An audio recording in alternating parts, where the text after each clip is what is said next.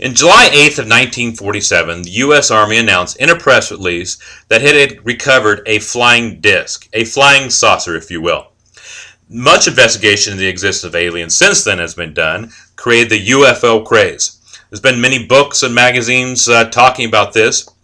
But today we're going to talk about, maybe tongue-in-cheek, maybe seriously, about the possibility of intelligent life in our universe. We're going to also talk about references to aliens in ancient manuscripts suggesting contact. And finally, we're going to talk about aliens' effect on man's daily life, including our technology, our culture, and our religion. First question we're going to address is, what is the possibility that we are alone in the universe? Albert Einstein says quite small. Given the millions and billions of Earth-like planets, life elsewhere in the universe, without a doubt, does exist. In the vastness of the universe, we are not alone. Frank Drake, Emeritus Professor of Astronomy and Astrophysics at Santa Clara University, suggests that given the infiniteness of the universe, to believe we are alone is very arrogant. The famous Drake equation seemingly suggests that the probable amount of intelligent communicating civilizations could be quite numerous. So, it's a statistical improbability that we are alone in the universe. Why don't we have empirical evidence to suggest that aliens have been here? Well, given that the civilization's average age is approximately 500 years old, we've probably missed each other. Aliens have been here. Supernatural beings have been here. We've missed each other. We don't have any way to record that. But is there proof? Does our government know that there's UFOs and aliens? Admiral Frank Hinkletter, first director of the CIA, February 27, 1960, said, "It is time for the truth to be brought out in open congressional hearings. Behind the scenes, high-ranking Air Force officers are soberly concerned about USOs, but through official secrecy and ridicule, many citizens are led to believe that unknown flying objects are nonsense. The government knows about it. The government's not saying anything." Since 1960, you have Admiral Hinkletter that's talked about it. Now,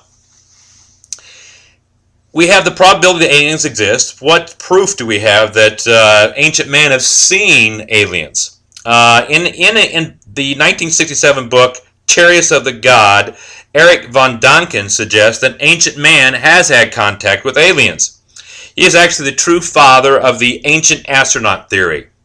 He contends that not only have aliens visited us, they have had an effect or catalyst on our culture, our technology, and even our religion. Proof of this stems from references in ancient manuscripts. One ancient manuscript would be the Holy Bible. In Ezekiel 1, verses 4 through 8, King James Version, it says, "And lo and behold, a whirlwind come out of the north, a great cloud and a fire unfolding itself, and a brightness was in it, and out of the midst thereof, the color of amber, out of the midst of the fire, came thereof the likeness of 4 living creatures, and this was their appearance. They had the likeness of a man, and their feet were straight feet, and the sole of their feet were like the sole of a calf's foot, and they had the hands of man under their wings, and their 4 sides, and they had their faces and their wings." This is perhaps describing angels, perhaps describing aliens. We have further references in the ancient Indians to flying machines. In the ancient Indian text, the Mahabharata, is a big poem describing flying complex machines that fly through the air. In a tribute to Hinduism, the book, Dr. Vaishnav Zirasuv writes, "The holy Indian sages, the Ramayana, tell of 1 two-storied celestial chariots with many windows. They roar off into the sky until they appear like comets. They are powered by winged lightnings. It was a ship that soared into the air, flying to the solar and stellar regions." What is this? Is this flying saucers? Is this advanced technology? We're talking about aliens here, or lost technology? I don't know. Alien man saw something. What did he see? That's not for me to say. That's for us to talk about further. Now, when ancient man has seen aliens, what evidence do we have today that possibility aliens have been here?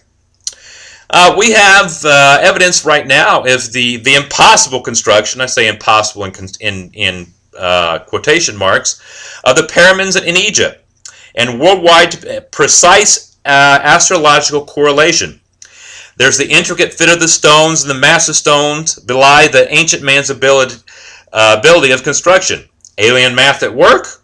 Alien construction exists? I don't know. What about the Maui heads of Easter Island? Their incredible size and detail belies primitive man's ability and tools to carve. Roughly 500 years old, these monolithic statues stand 13 feet high and weigh 14 tons. Do we talking about Aboriginal aliens here? Again, I don't know. Then we have the Nazca lines in Peru. They're massive lines etched in the desert of Peru. They're drawn in animal and man shapes that can only be seen from the air. These desert drawings are said to be possibility landing strips for aliens. Then, of course, we have Stonehenge. For thousands of years, we've seen Stonehenge and its possible existence of aliens. So, in conclusion, man has always been fascinated with the unknown. Did man spontaneously have leaps in technology to create the modern wonders of the world? Did he see visions of God, or were they visions of supreme beings? Is our religion simply primitive man's attempt to deify alien beings? Some people think so.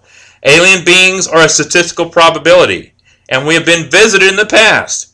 And will be visited in the future? I don't know. That's for the next speech.